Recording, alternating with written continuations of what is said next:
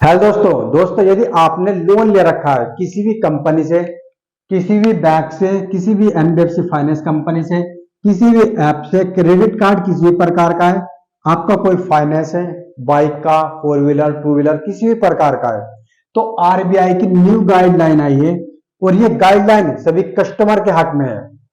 जो आपने लोन ले रखा है, एक देता होता है, एक लेता, ठीक है। देनदार, लेनदार, कर्जदार, किसी प्रकार से आप समझ सकते हैं, लेकिन कर्जदार के हक में है ये सभी, ठीक है।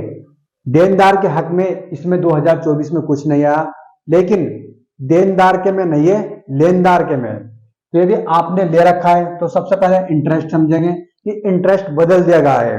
कोई भी एनबीएफसी कंपनी है, कोई बैंक है, एजेंट भी बदल दिए गए हैं, किस प्रकार से एजेंट आएंगे, किस प्रकार से रूल है, और नोटिस है, किस प्रकार से नोटिस आएगा। तो समझ लीजिए, यदि कोई भी एनबीएफसी कंपनी है तो उसके लिए ये रूल है। यदि आपने किसी भी कंपनी या ऐप से, किसी प्रकार की बैंक से 50,000 रुपए लिए हैं, 50,000 रुपए लेने के बाद यहाँ पर आप पर पेनल्टी पे पेनल्टी लगती है। जैसे कि 2,000 रुपए पेनल्टी लग गई और यहाँ पर इंटरेस्ट अलग से लग जाता है, ठीक है। 3,000 रुपए इंटरेस्ट लग गया, तो प्लस ये 58,000 रुपए हो जाएंगे। 58,000 रुपए होने के बाद यहाँ पर लगता चला जाएगा, लगता चला जाएगा, लेकिन कुछ दिनों के बाद टोटल पे पेनल्टी और इंटरेस्ट लगना स्टार्ट हो जाएगा। लेकिन अब ऐसा नहीं है, ये पेनल्टी बिल्कुल खत्म कर दी गई है।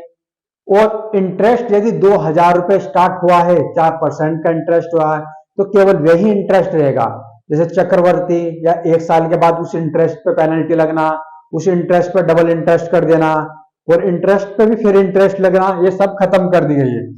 जैसे कि ये आपकी इंटरेस्ट है तो केवल इंटरेस्ट लगेगा, और जितना बताया है उससे ज्यादा बिल्कुल नहीं लगेगा। जैसे कि 4% है तो केवल 4% का इंटरेस्ट लगता रहेगा, उससे ज्यादा नहीं लगेगा।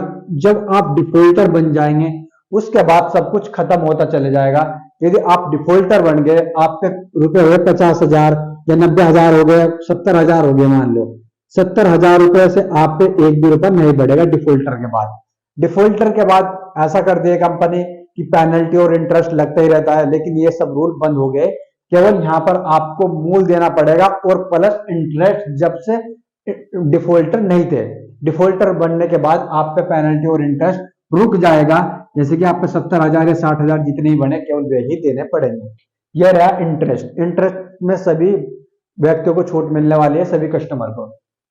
देखिए पेनल्टी और आप समझ गए, अब समझेगा नोटिस और एजेंट। नोटिस देखिए, कोई भी टेनर है, जैसे कि किसी भी कंपनी का, कोई भी एप्स का, अगर आप लोन लेते हैं, आपने लोन लिया 1,000 रुपए, बीच में आपने पेड भी कर दिए 200 रुपए, पेड करने के बाद नोटिस आएगा टेनर के हिसाब से। किसी कंपनी का होता है 5 साल का, 10 साल का, 1 साल का, 90 दिन का, 15 दिन का। लेकिन जब भी आपकी ड्यू डेट आएगी, जैसे कि आपकी ड्यू डेट हर 15 तारीख को होती है, ठीक है, 15/9/2024 मान लेता हूं मैं। लेकिन आपने इस 15 तारीख में नहीं दिया पेमेंट, ठीक है, नहीं दिया, तो इसके 90 दिन बाद, 90 दिन के बाद फिर आप पे आएगा नोटिस, ठीक है। ये जो फर्स्ट नोटिस होगा, इन्फॉर्म नोटिस, इसमें कोई भी आपको डरा नहीं सकता, कुछ धमका नहीं सकता, गाली नहीं दे सकता है, किसी प्रकार से आप पे जोर नहीं बना सकता। केवल यही बताएगा कि आपने लोन लिया था और इतना लिया था, अब उस पर इंटरेस्ट बढ़कर इतना हो गया, आप इसे कब जमा कर रहे हो, और आपको ऑफर भी मिल रहा है, आप जमा कर सकते हो। उसमें कोई एजेंट वगैरह नहीं बताएगा। लेकिन अगर इसका जवाब नहीं देते तो 30 दिन के बाद आप पे फिर दोबारा से कंपनी भेज सकती है, कोई भी कंपनी, एनबीएफसी कंपनी, कोई भी। यदि फिर भी नहीं देते, फिर एक 7 दिन के बाद फाइनल आता है, 7 डे के बाद फाइनल। ये केवल यही बताता है, कोई भी डरा नहीं सकता, किसी प्रकार की पुलिस केस नहीं कह सकता। 406, 420, 138 धारा लगाते वे सब हट गई है। केवल आपको टाइम दिया जाएगा, कोई सा भी नोटिस है, सब में टाइम दिया जाएगा। एजेंट, एजेंट आते हुए देखिए 90 दिन के बाद यहाँ पर कंपनी ने बिल्कुल यहाँ पर सख्त मना कर दिए, कोई भी 90 दिनों के बाद एजेंट नहीं आएगा, केवल नोटिस आएगा। कोई सी भी कंपनी हो, नोटिस आएगा, एजेंट नहीं आएगा। ये 2024 से रूल स्टार्ट हो रहे हैं। 90 दिन के बाद केवल नोटिस आएगा, एजेंट नहीं आएगा। लेकिन एजेंट जब भी आएगा, स्टार्टिंग में आपके पास कॉल करेगा, कॉल करेगा, कॉल करेगा कि मैं एजेंट हूं, मुझे आपसे लोन चाहिए, इतना आपने लोन दे रखा था, क्या मैं घर पर आ सकता हूं?